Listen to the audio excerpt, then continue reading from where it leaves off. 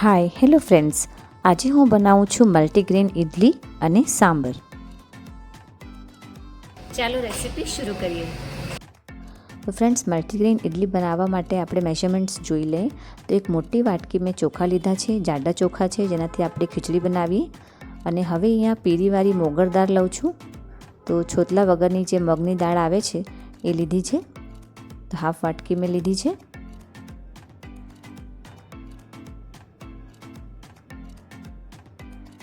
હવે અહીંયા લીધું છે મેં ચણાની દાળ.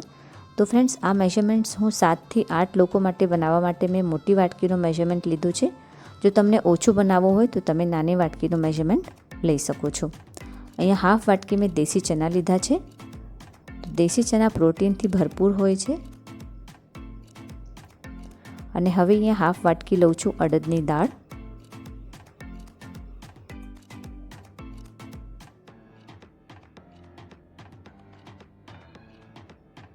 હવે બધી વસ્તુને મિક્સ કરી લઈશું અને 3થી 4 વાર સાફ પાણીથી આને વોશ કરી લેવું છે.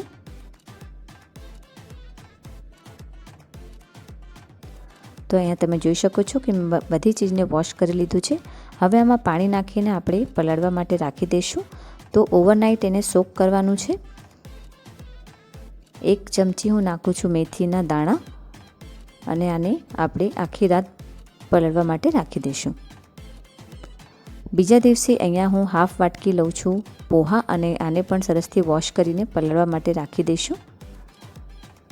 બીજા દિવસે સવારે હું તમને દેખાડું છું ઓપન કરીને બધી વસ્તુ સરસથી પલળી ગઈ છે અને પોહા પણ પલળી ગયા છે.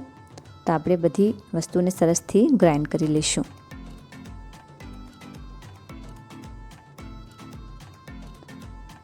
થોડી થોડી ક્વોન્ટિટી કરીને ગ્રાઇન્ડરમાં નાખવાનું છે.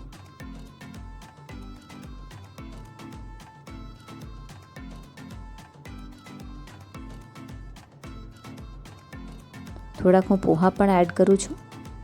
તો ફ્રેન્ડ્સ, પોહા નાખવા બહુ જરૂરી છે. આનાથી ઇડલી એકદમ સોફ્ટ બને છે. થોડુંક પાણી નાખીને આને એકદમ પેસ્ટ જેવું ગ્રાઇન્ડ કરી લઈશું. હવે આને એક મોટા વાસણમાં આપણે કાઢી લેવાનું છે.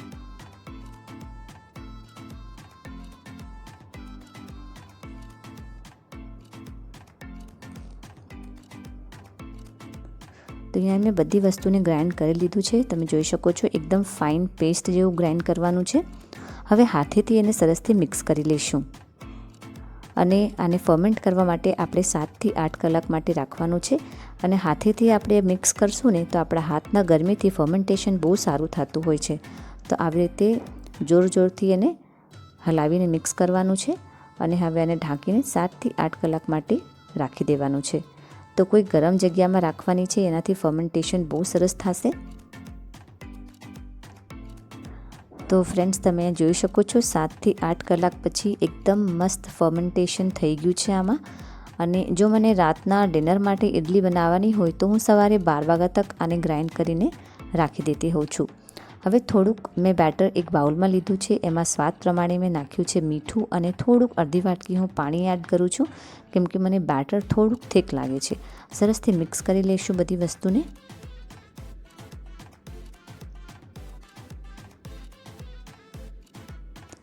અને હવે અહીંયા મેં ઇડલીના મોલ્ડ લીધા છે અને એને સરસથી ઓઇલથી ગ્રીસ કરી લેવાનું છે.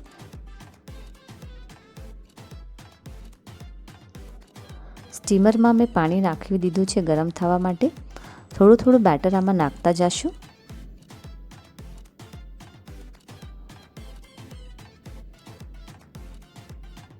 તો ફ્રેન્ડ્સ, રાઈસ ઇડલી તો આપણે હંમેશા ખાતા હોઈએ. તમે એકવાર મલ્ટીગ્રેન ઇડલી બનાવીને જોજો, બધાને બહુ જ સરસ લાગશે.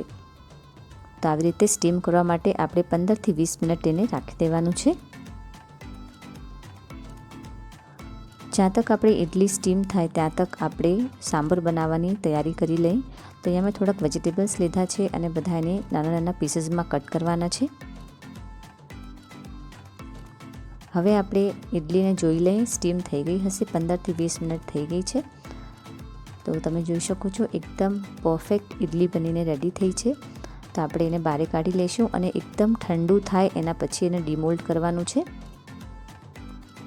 એકદમ સરસ મજાની સ્પોન્જી મલ્ટીગ્રેન ઇડલી બનીને રેડી થઈ ગઈ છે.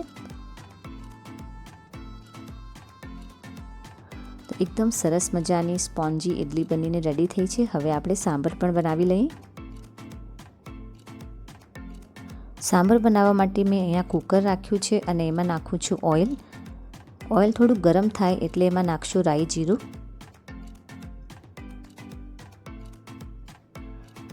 થોડીક હિંગ, સૂકા લાલ મરચાં અને મીઠા લીમડાના પાન, ડુંગળી નાખું છું, દૂધી નાખી દીધી, સરગવાની સિંગ અને ગાજર. તો આટલા વેજીટેબલ્સ મેં નાખ્યા છે. તમે પોતાના ચોઇસના અકોર્ડિંગ વેજીટેબલ્સ એમાં એડ કરી શકો છો. સરસથી મિક્સ કરી લઈશું. હવે સ્વાદ પ્રમાણે મીઠું નાખું છું, લાલ મરચું પાવડર, સાંબર મસાલા, થોડીક હળદર અને ફરીથી એને મિક્સ કરી લેવાનું છે.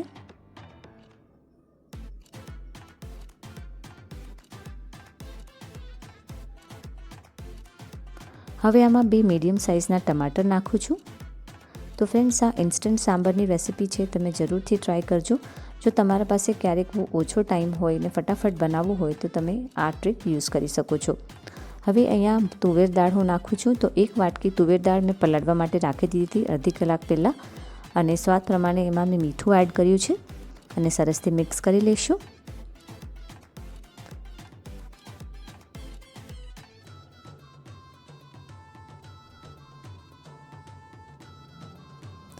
હવે એમાં પાણી નાખી દઈશું.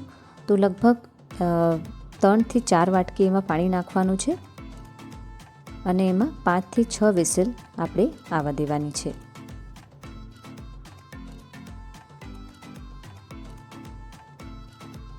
તો અહીંયા 5 થી 6 વિસલ આવી ગયા પછી કુકર ઠંડુ થઈ ગયું છે. હવે ઓપન કરીને આપણે જોઈ લઈએ.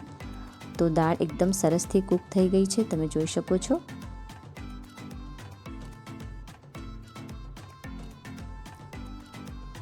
હવે આમાં 2 ગ્લાસ જેટલું પાણી એડ કરવાનું છે અને સરસથી એને આપણે વલોવી લઈશું. તો ફ્રેન્ડ્સ, બધા બેસિક મસાલા તો આપણે પહેલાં જ એમાં એડ કરી દીધા હતા. તો પણ તમે પોતાના ટેસ્ટના અકોર્ડિંગ એમાં જો નાખવું હોય તો બીજા નાખી શકો છો. હવે આમાં હું આંબલીનો પલ્પ નાખું છું. તો 2 ચમચી મેં આંબલીનો પલ્પ નાખ્યો છે. સરસથી મિક્સ કરી લઈશું.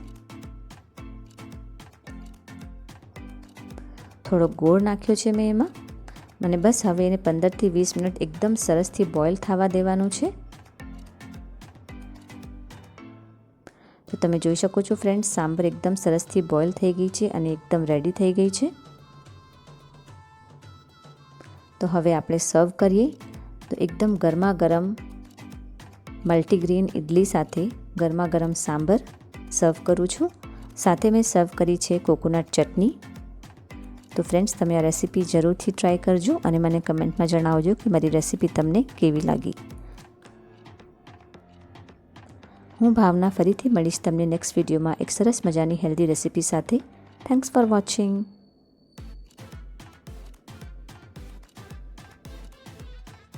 મેં મારી 2 રેસીપીઝ એક અહીંયા અને એક અહીંયા અટેચ કરીને રાખી છે. તમે એને ક્લિક કરીને જોઈ શકો છો. Thanks for watching.